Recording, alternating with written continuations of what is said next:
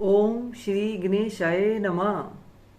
आज हम कर रहे हैं श्री शिव महापुराण के विदेश्वर संहिता के 13वें अध्याय का अध्ययन, जिसे शुरू करने से पहले करते हैं भगवत नाम की माला।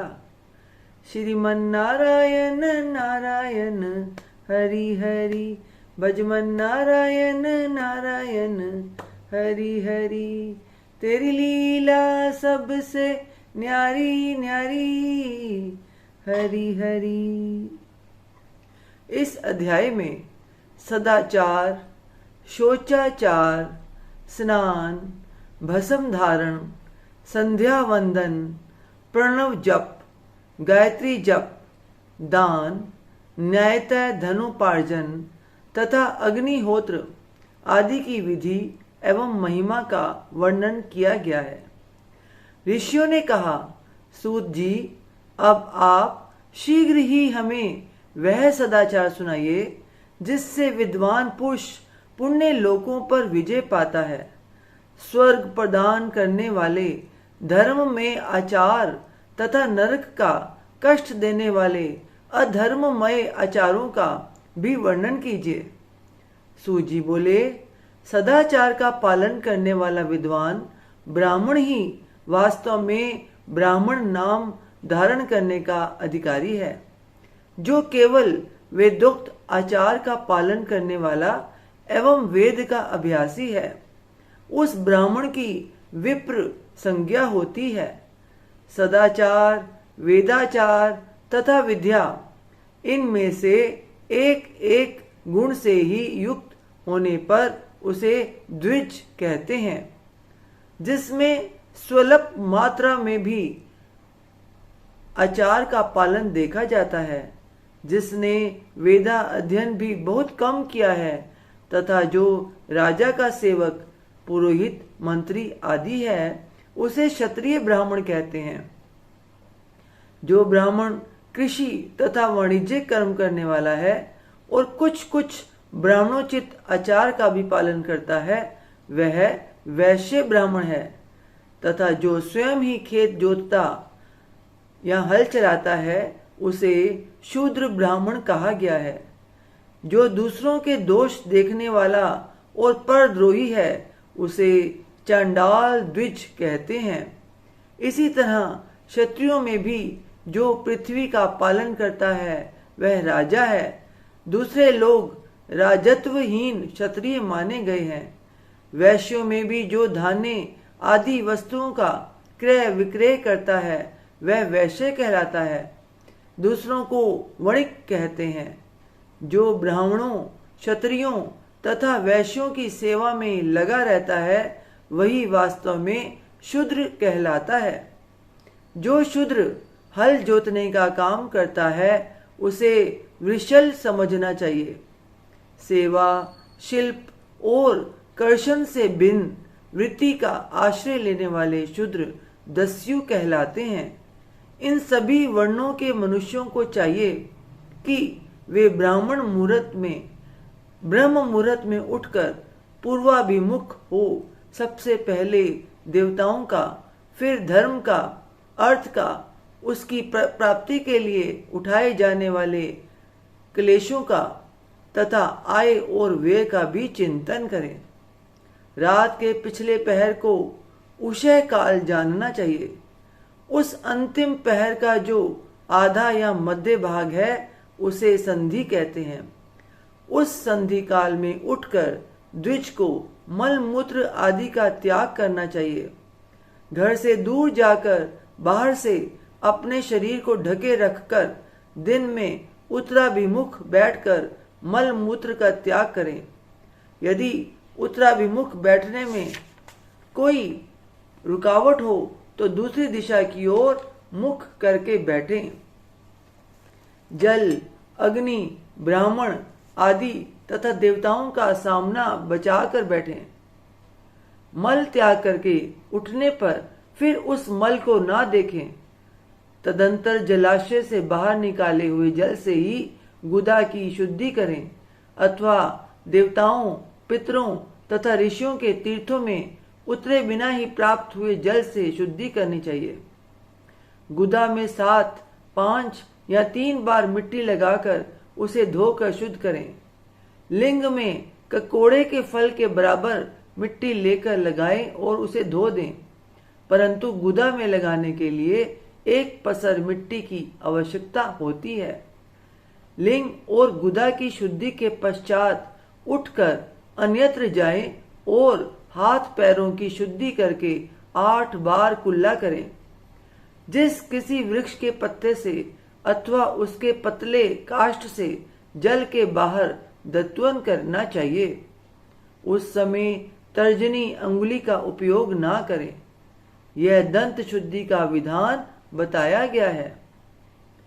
तदंतर जल संबंधी देवताओं को नमस्कार करके मंत्र पाठ करते हुए जलाशय में स्नान करें। यदि कंठ तक या कमर तक पानी में खड़े होने की शक्ति ना हो तो घुटने तक जल में खड़ा हो अपने ऊपर जल छिड़ककर मंत्रोच्चारण पूर्वक स्नान कार्य संपन्न करें। विद्वान पुरुष को चाहिए कि वहां तीर्थ जल से देवता आदि का स्नानांग तर्पण भी करे। इसके बाद धोत वस्त्र लेकर 5 कच्छ करके उसे धारण करें। साथ ही कोई उत्तरीय भी धारण कर लें, क्योंकि संध्या वंदन आदि सभी कर्मों में उसकी आवश्यकता होती है। नदी आदि तीर्थों में स्नान करने पर स्नान संबंधी उतारे हुए वस्त्र को वहां ना धोएं। स्नान के पश्चात विद्वान पुरुष भीगे हुए उस वस्त्र को बावड़ी में, कुएं के पास अथवा घर आदि में ले जाए और वहां पत्थर पर, लकड़ी आदि पर, जल में या स्थल में अच्छी तरह धोकर उस वस्त्र को निचोड़ें। द्विजो, वस्त्र को निचोड़ने से जो जल गिरता है वह एक श्रेणी के पितरों की तृप्ति के लिए होता है। इसके बाद जा बाली उपनिषद में बताए गए अग्रि रित्य मंत्र से भस्म लेकर उसके द्वारा त्रिपुंड लगाएं। इस विधि का पालन ना किया जाए, इसके पूर्व ही यदि जल में भस्म गिर जाए तो गिराने वाला नरक में जाता है। आपो हीष्ठा इत्यादि मंत्र से पाप शांति के लिए सिर पर जल छिड़कें तथा यस्य शय्याए इस मंत्र को पढ़कर पैर पर जल छिड़कें। इसे संधि प्रोक्षण कहते हैं। आपो हीष्ठा इत्यादि मंत्र में 3 ऋचाएं हैं और प्रत्येक ऋचा में गायत्री छंद के 3-3 चरण हैं।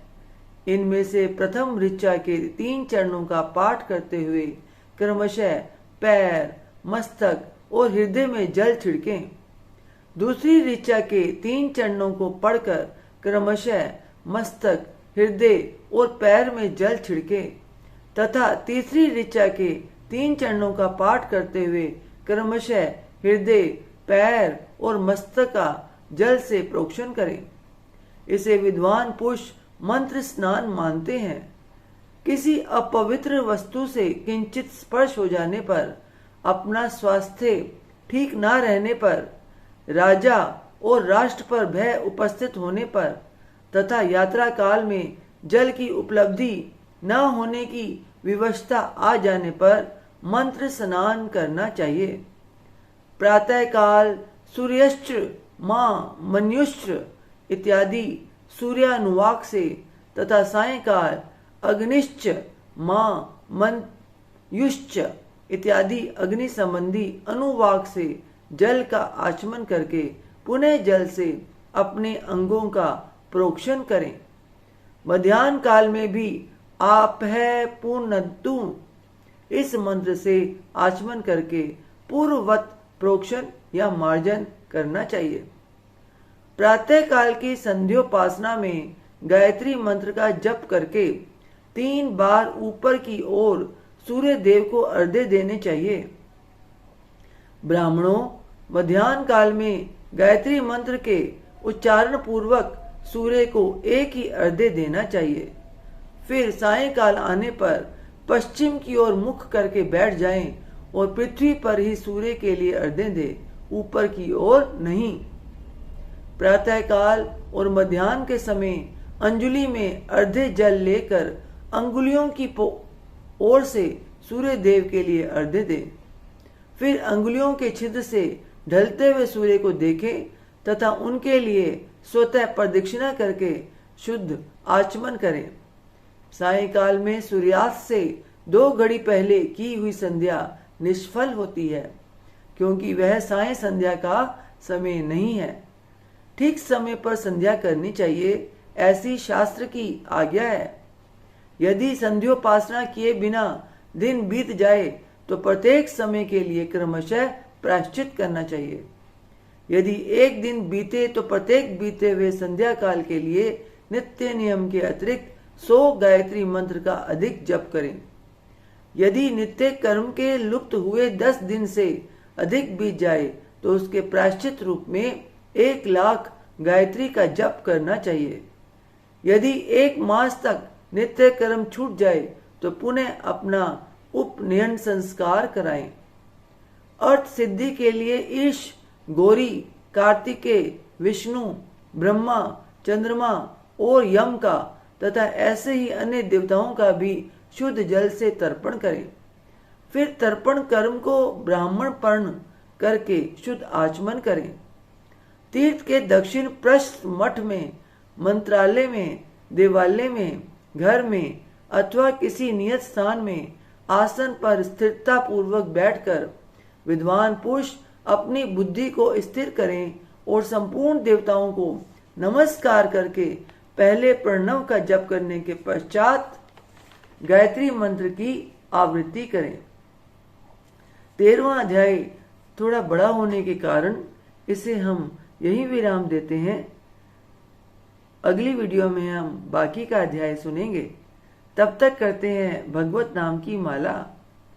श्रीमन नारायण नारायण हरि हरि, भजमन नारायण नारायण हरि हरि। ओम नमः शिवाय, शिवजी सदा सहाय।